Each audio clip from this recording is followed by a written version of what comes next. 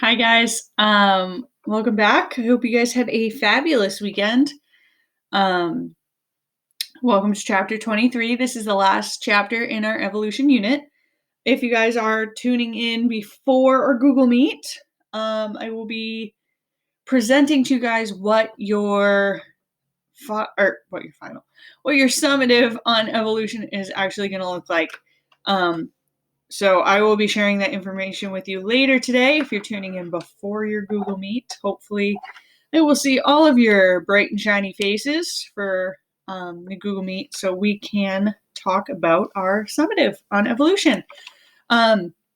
This section is just a little bit heavy. I'm going to break it up into 3 different sections for you guys. So we are going to start going through 23.1 and 23.2 today. 23.2 is very math intensive. It is the only math that you guys will have in evolution. And we will be doing a worksheet that goes along with it on Thursday as well with the next part of the recording. That way you guys will have one full day next week to dedicate just to your summative. So let's get started. An overview looking at the smallest unit of evolution. So one misconception is that organisms have the ability to evolve during their lifetime. That is not true. Organisms do not evolve, populations do. Natural selection, yes, does act directly on the individual, but only populations have the ability to evolve and change over time. Consider, for example, the population of medium ground finches on Daphne Major Island. During a drought, large-beaked finches were more likely to crack open larger seeds and survive, while smaller beaked finches were not able to survive. So the finch population evolved by natural selection at that time. Microevolution is the change in an allele frequency in a population over just a few generations. There are 3 mechanisms that cause allele frequency to change: natural selection, genetic drift, and gene flow. Only natural selection can cause adaptive evolution. So evolution of adapted characteristics. Gene variation makes evolution possible. So again, for those of you that believe in something other than evolution, having the variation of our genes is actually what does drive evolution to occur. The variation in heritable traits is a prerequisite for evolution in order for it to work. Mendel's work on pea plants provided evidence of discrete heritable units that we later became known as genes.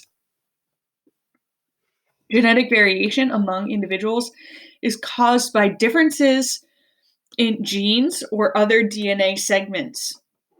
Phenotype is the product of an inherited genotype and environmental influences. Natural selection can only act on these variations within the genetic component of a population. So just looking at genetic differences, here is a caterpillar, and here is a caterpillar. So evolution of the same species into 2 different species. Variation within a population, so both discrete and quantitative characters contribute to the variation that happens within population. Discrete characters can be classified as an either or basis. So it's either or, not one or the other. Quantitative characteristics vary along the continuum within a population. Genetic variation can be measured as genes variability or as nucleotide variability. For a gene variability, the average heterozygosity measures the average percent of a loci that are heterozygous within the population. Nucleotide variability is measured by comparing the DNA sequences of individuals. So for gene variability, we're looking at one specific loci of strictly heterozygotes, and we are looking at an entire nucleotide sequence for nucleotide variability. Variation between populations. Most species exhibit geographic variation, differences in the gene pool that are separated due to separate populations. So, for example, we have several large populations of mice, and chromosomal variations among the populations is due to genetic drift, not natural selection.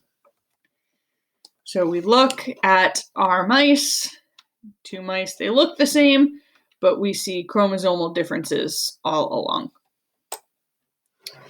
Some examples of geographic variation occur in a cline, which is a graded change in a trait along a geographical axis.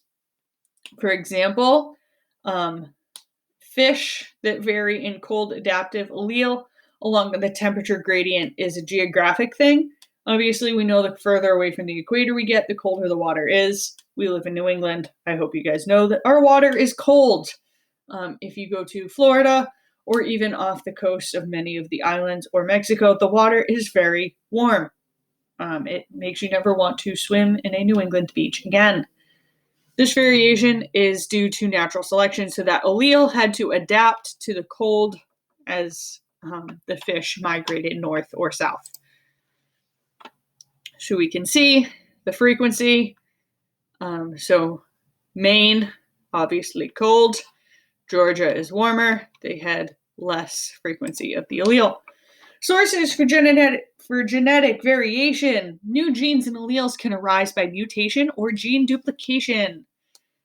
So gene duplication here through genetic recombination, blah, blah, blah. We know obviously through mitosis. I don't mean to say blah, blah, blah, but you know what I mean. We covered mitosis and meiosis. So we get the recombination here, which gives us a variety of different alleles. We also get the formation of new alleles through mutations. It's a change in the nucleotide sequence of the DNA. Only mutations in cells that produce gametes can get passed along to the offspring. A point mutation is a change in one single base of a gene that can form a new allele. It is actually originally thought that the blonde-haired allele was a mutation from the brown-haired allele, and that's how we ended up with blonde hair. The effects of a point mutation can vary. Mutations in non-coding regions of DNA are often harmless, but mutations in the genes can be neutral because of the redundancy of the genetic code. So it may do something, it may not do anything at all. Mutations can result in a change in a protein production. That is often harmful. And mutations that result in the change of a protein can also sometimes be beneficial. If you have a deficit for a specific protein and you end up with a mutation, hey, guess what? Now it's helpful. Altering gene number or position. Chromosomal mutations that delete, disrupt, or rearrange many loci are typically harmful. Duplications of small pieces of DNA increase the genome size, which is usually less harmful, but duplicated genes can take on new functions by further mutation. An ancestral odor detecting gene has been duplicated many times, so humans have about 1,000 copies of this gene and mice have about 1,300. Mutation rates are low in animals and in plants. The average is about 1 mutation in every 100,000 genes per generation. Mutation rates are often lower in prokaryotes and higher in viruses. That is why the coronavirus has been able to mutate so many times, because the mutation rate is higher and it is changing to the ever-changing environments around us. I hope it ends soon, guys. I need to get out of my house. Sexual reproduction can shuffle the existing alleles into new combinations.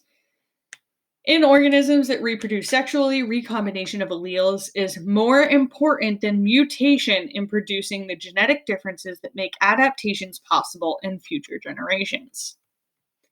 All right, Hardy-Weinberg, get your pencils and paper ready. We're throwing some Hardy-Weinberg math at you. So Hardy-Weinberg's equation can be used to test whether or not a population is evolving or not. The first step to testing whether or not a population an evolution is occurring within a population is to clarify what we mean by population. A population is a localized group of individuals capable of interbreeding and producing fertile offspring. Populations can only mate with each other. So organisms of the same population can mate. Hence why you can't have a cat-dog. Cats and dogs are two different populations. They are not capable of interbreeding and they do not produce fertile offspring. A gene pool consists of all the alleles for that loci in a population. A locus is fixed if all individuals in the population are homozygous for the same allele. So just looking, we have two herds. We have a porcupine herd and a 40-mile herd. They look different, but we do have overlap here. We're looking at a map of Alaska and into Canada for this specific organism. Sorry, my eyes are itchy.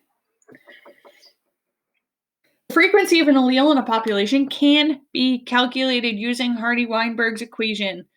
For a diploid organism, the number of alleles at a locus is the total number of individuals times 2.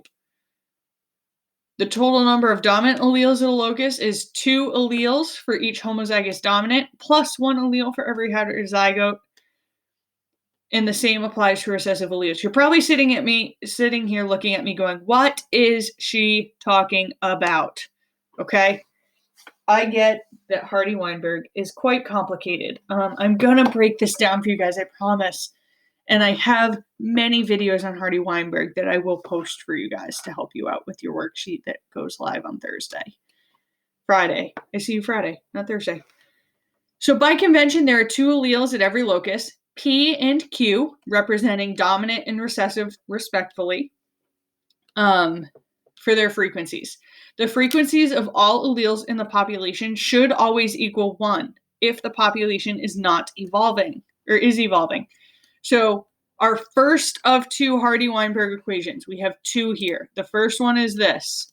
P plus Q equals 1. That equation is important. You cannot solve Hardy-Weinberg without it. So let's consider a population of wildflowers that is incompletely dominant for color. Calculate the number of each allele. So we have 320 red flowers. Now we have 2 copies of each allele in a dominant. So we have 320 times 2 plus our 160 from our pink, because there's 160 copies of this allele, equals 800. Our white flowers, there are 20. So 20 times 2 plus 160, because there's 160 copies of the white allele, equals 200. Hardy-Weinberg wants it to be 800. It wants it in a decimal, so just move your decimal point. I don't know why they show this. So you end up with, this is not a negative sign. Okay, it's a bullet point. 0.08 plus 0.02 equals 1. Hardy-Weinberg's principle describes the populations that is not evolving. So populations that are stable. If a population does not meet the criteria of Hardy-Weinberg principle, it can be concluded that the population is in fact evolving. The Hardy-Weinberg principle states that frequencies of alleles and genotypes in a population remain consistent from generation to generation. A given population where gametes contribute to the next generation randomly, allele frequencies will not change. Mendelian inheritance preserves the genetic variation within a population. So Hardy-Weinberg equilibrium describes the constant frequencies of a population in the alleles of a gene pool. So consider that same population where there are 500 wildflowers and 100 alleles, where the frequency of P is 0.8 and the frequency of Q is 0.2. So 0.8, 0.2. So our actual Hardy-Weinberg equation, which it's not putting here, is you take P squared plus 2PQ plus Q squared equals 1. So we have to have P plus Q equals 1 and P squared plus 2PQ plus Q squared equals 1.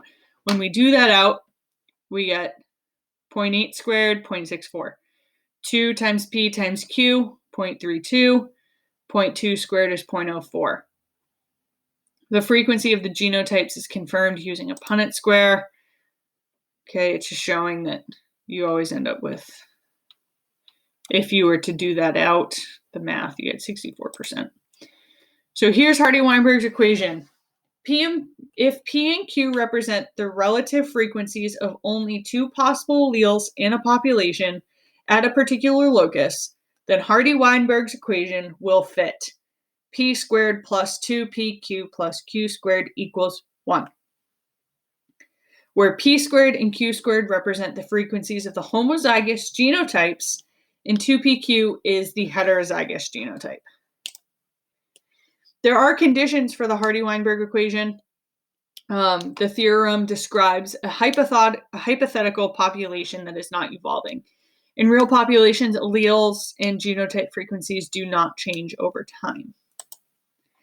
There are 5 conditions for all non-evolving populations that are rarely met in nature. So think about the human population. Just think it in your head as I talk about these. First is no mutations. No mutations can occur. There is no random mating. There is no natural selection. The population is extremely large in size, and there is no gene flow. If you were to put these to the human population, we have mutations. Already, number 1 knocks us off. We are evolving. But let's keep going. Humans randomly mate. Okay? So random mating, we go through sexual selection. We are picky about our mates. It's not random. 2 done. Natural selection. There is kind of natural selection in the human population, but not as much as the survival of the fittest that we normally think about. Yes, our population size is very large, but there is gene flow. So we only fit one of these 5 conditions. So human population is considered to be evolving. Natural populations can evolve at some loci while being at Hardy-Weinberg at others. That is possible. We can be evolving specific traits while preserving other ones. When applying Hardy-Weinberg principle, so we can assume that the locus that causes PKU is in Hardy-Weinberg equilibrium, given that PKU mutation rate is very low and mate selection is random with respect to whether or not an individual is a carrier for PKU. Natural selection can only act on rare homozygous individuals that do not follow the dietary restrictions needed to treat PKU. The population size is large, and migration has no effect on other populations having allele frequencies. Here's an example. I'm going to post another video of an example for you guys because I think it breaks it down a little bit better than the PKU example, where I actually show you to draw out the steps of how to solve. But you can see PKU is a recessive trait, so 1 per 10,000. So to find Q, divide 1 by 10,000. To find Q, take the square root of that number. Find P, plug it in, blah, blah, blah. Okay? It's pretty much basic algebra from this point on, going from, the first thing that you're going to find is either your P squared or your Q squared value. From there, you find P or Q. You can find the opposite using P plus Q equals 1. Plug and chug for the rest of your equation. All right. Stopping there. Thanks for hanging out. I know that was a little bit long. I am going to post another video about an example of Hardy-Weinberg for you guys, just so you can see it done out. And then on Thursday, you guys will get a worksheet with the second half of your PowerPoint. And like I said, if you're watching this before our Google Meet on Tuesday, May 12th, which hopefully you are, we will be going over and I will physically show you what your summative looks like. So have a great day, guys. Hopefully see all of you later. And stay tuned for more Hardy Weinberg.